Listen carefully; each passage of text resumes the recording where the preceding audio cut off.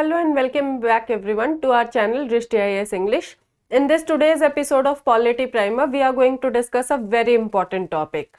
And this topic forms a very important part of our Indian Constitution, and the title of our today's discussion is Article 355. So Article 355 is an important part of the federal structure of Indian Constitution. It also helps in maintaining the unity and integrity of India. So in this discussion, we are going to study about what is Article 355. We are also going to see some of the restrictions that is placed on the use of this Article 355. We are also going to analyze the circumstances of its imposition. We are also going to see whether this article is subject to judicial review or not. Then we are going to draw a comparison between Article 355 and 356 of our Indian Constitution. And in the end, we are going to see a practice question for your prelims examination and a practice question for your mains examination. So now let us proceed to understand the background of our today's topic. So if I talk about the background of our today's topic, you know that there is a communal violence going on in Manipur between two communities, and it has been predicted, the people or the leaders there are assuming that Article 355 is already in place in the state. This is not the case, like this is not officially declared, but it is presumed that Article 355, the center has imposed Article 355 in the state. So what is this Article 355? Let us examine. So if I talk about Article 355, it forms the part of emergency provisions from Article 352 to 360 of our Indian Constitution. So part 18 of the Indian Constitution talks about the emergency provisions. So Article 355 is a part of the emergency provisions from Article 352 to 360, and it is a very extraordinary device because we cannot declare emergency in ordinary cases, right? It is declared in extraordinary cases and on certain set grounds. So as Article 355 is also a part of emergency provisions, it is used in very extraordinary cases, and it basically casts a duty to protect on the central government. Duty to protect. So whenever the central government sees that there is a law and order problem in the state, or there is a failure of constitutional machinery in the state, or whenever the union government is cognizant of the fact that there are some insurgencies going on in the state, then definitely the union government has a duty under this article to protect the state from all of these circumstances. You know, our Indian Constitution is very much tilted towards the unitary form of government. That is why we say that it is very quasi-federal in nature. It is not completely federal in nature. So union government often has this duty to protect the state government from any such insurgencies or failure of law and order or failure of constitutional machinery in the state. And if we read the bare provisions of Article 355, it reveals that it imposes a duty on the union government. So this is what I was talking about also, that it casts a duty to protect on the union government in the event of external aggression and internal disturbances. So both external aggression and internal disturbances are a ground for imposition of Article 355, and the union government has to protect the state in these circumstances. Not only this article also requires the union government to ensure that the government of each state in the union is carried out in the accordance with the provisions of the Constitution. So who will ensure that the constitutional machinery is effectively functioning in the state? The union government ensures this. Whenever there is a failure of constitutional machinery in the state, the government can send a report to the governor can send a report to the President of India asking him to impose the president's rule in the state. And that is why it is said that through the governor, the union government keeps a check on the state government that it is functioning in the according to the principles enshrined in our constitution, and if there is a breakdown of constitutional machinery in the state, the president's rule can be imposed. So if I try to trace the history of this provision of article 355 to examine its scope, it was not there in original 1948 draft of our Indian constitution. It was added in September 1949. September 1949 as draft article 277A. So in the draft, this article was mentioned as article 277 clause A, and it stated about the intention of our constitution makers. So what was the intention of our constitution makers behind adding this provision of article 355? The intention was simple. It provided a legitimate ground for imposition of the president's rule in the state. So see, this article requires that the union government to ensure that the machinery in the state is functioning as per the provisions of this constitution, and that is why this article lays the foundation of the imposition of president's rule if there is a breakdown of constitutional machinery in the state. So to avoid the circumstances in which it can be alleged that the president's rule has been imposed on a arbitrary or an unfair manner, the framers of our Indian constitution inserted this provision to ensure that before see, what is happening is, firstly, union government is imposing this article 355, and even if there is a constitutional machinery failure in the state, then the union government is empowered to impose the president's rule in this state. So that is why this provisions acts as a backdrop of imposition of president's rule in this case, and as president's rule is imposed in very special circumstances. When there is a complete failure of constitutional machinery in the state, the union government can figure it out that the state government has completely broken down. There is a state of lawlessness in the state.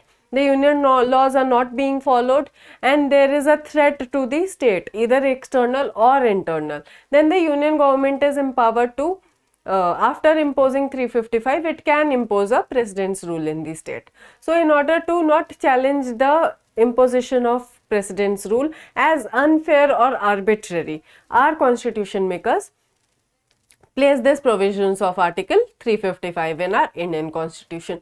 Now let us examine some of the restrictions on the imposition of this article 355. It is not an absolute power of the union government. It has some reasonable restrictions on it, and they are: when there is a failure of the state machinery to comply with or give effect to any union law or regulation. So whenever the states say that I will not abide the union law, or whenever the union government is issuing a direction to the state or making a parliamentary law and the state government is not abiding by that law, then the union government can exercise its power under article 355. It should be an urgent nature and may not extend beyond the necessary period for remedying the failure. So although the duration is not specified, the duration of this provision is not specified in our Indian constitution.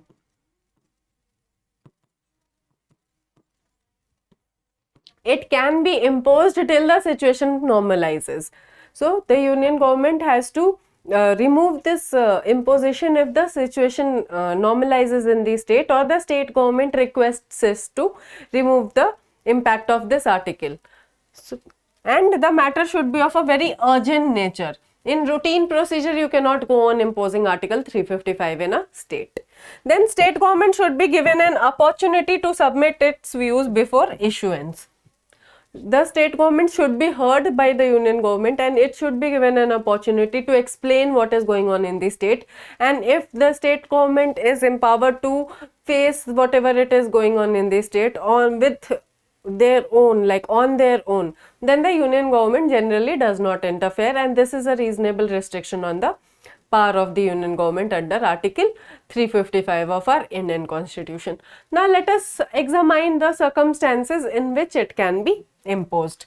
So if I talk about the circumstances of its imposition or the imposition of article 355, then they are: failure of the state to comply with the union's directions, threat to the security of India whenever the union government feels that there is an infiltration going on through a state, or there are terrorist activities going on by a state, like through the state. The terrorists are trying to cross the border and enter through a state, and whenever there is a threat to the integrity and unity of India or its national security, then in these circumstances Article 355 can be imposed. Then threat to unity and integrity of India due to violent activities by any group or organization. This is what I was explaining to you also, that whenever the union government observes that okay, the violent or the organizations such as the terrorist organizations, they can attack any particular state or cause any internal disturbance in the state, then also this article can be imposed. Request for assistance from the union to maintain public order when the situation in the state cannot be controlled by the state's own forces. So this is what is happening in Manipur, right? The violence is so prevalent there between the two communities that there is a state of lawlessness. The state government is not able to control the situation on its own by using its own forces. So in Manipur also there is an assumption that Article 355 will be in place because of the internal disturbances that is going on. So these were the circumstances in which this article can be imposed on a state. Now if I talk about the judicial review of this article, that whether the imposition of this article can be judicially reviewed or not, the answer is yes, it can be judicially overviewed. The satisfaction of the President in invoking Article 355 is subject to judicial review and can be challenged in court if it violates any fundamental rights or constitutional provisions. So it is talking about the satisfaction of the President. See, whenever there is a invocation of Article 355, the President cannot intervene on its own right. It has to be suggested by the Council of Ministers, and this satisfaction of the President's can be judicially reviewed if it violates any fundamental rights or any other constitutional provisions. So there is a provision of judicial review of this article. Now let us draw a distinction between Article 355 and 356 of our Indian Constitution. So the first distinction is Article 355 enshrines a duty to protect on the central government. And duty under Article 355 enables the center to take over the government of a state under Article 356 in case of failure or breakdown of constitutional machinery in a state. So this is the basic difference between Article 355 and 356. That Article 355 acts as a backdrop of imposing Article 356 in a state. And as I was explaining this before also, that this was the original intention of our constitutional framers, that they wanted that no person should question that Article 356 has been imposed arbitrarily or in an unfair manner. That is why they imposed Article 355, and 355 casts a duty on the central government, and in obligation to protect the state, or in obligation of this duty, the central government is then empowered to impose a president's rule in the state. This is popularly known as the President's Rule, or the provision of Article 356 is also popularly known as the President's Rule. So first what will happen, the union government will exercise its duty to protect. If the situation normalizes, well and good, the union government will stop interfering. But if the situation does not normalize even after the imposition of Article 355, then Article 356 can be imposed. With this, we come to a conclusion of our today's discussion. We have understood what is Article 355. We have also seen the restriction on reasonable restrictions on imposition of Article 355. We have also analyzed the circumstances of its imposition, and we have also seen a distinction between Article 355 and 356 of our Indian Constitution. So if you ask me, ma'am, that is Article 355 an absolute power? No, it is not. So the President is bound by the decision of Council of Ministers, and he cannot interfere directly in the matters of the state. Secondly, The president cannot, supervise the day-to-day affairs of the state. It can only issue directions in very specific circumstances, that whenever there is an external disturbance or internal disturbance. And the president can only issue directions to the state government, and not to the legislature or judiciary of the state. Legislature or judiciary of the state. So you can say that these directions are often imposed on the executive, not on the legislature and judiciary. And if you talk about the way forward, that Article 355 is a bit controversial in nature. So if I talk about the way forward, then the scope should be limited and its use should not be arbitrary. The duration should be specified, and if the situation normalizes, the union government should not interfere in the day-to-day affairs of the state. So this was all of the summary and conclusion of our today's discussion. Now let us discuss a practice question for your prelims examination. So the question is, consider the following statements. Your statement number 1 is, Article 355 is a part of emergency provisions listed in the Indian Constitution. Your statement number 2 is, under Article 355, the union government can issue a direction for complying the union laws to the state. Which of the following statements given above are correct? Your options are, option A is 1 only, option B is 2 only, option 3 is both 1 and 2, and option D is neither 1 nor 2. Kindly drop your answers in the comment box below. Now let us analyze a practice question for your mains examination. So the question is, discuss the significance of Article 355 of the Constitution of India. So you will firstly write what is Article 355. You will also talk about the duty of to protect by the central government.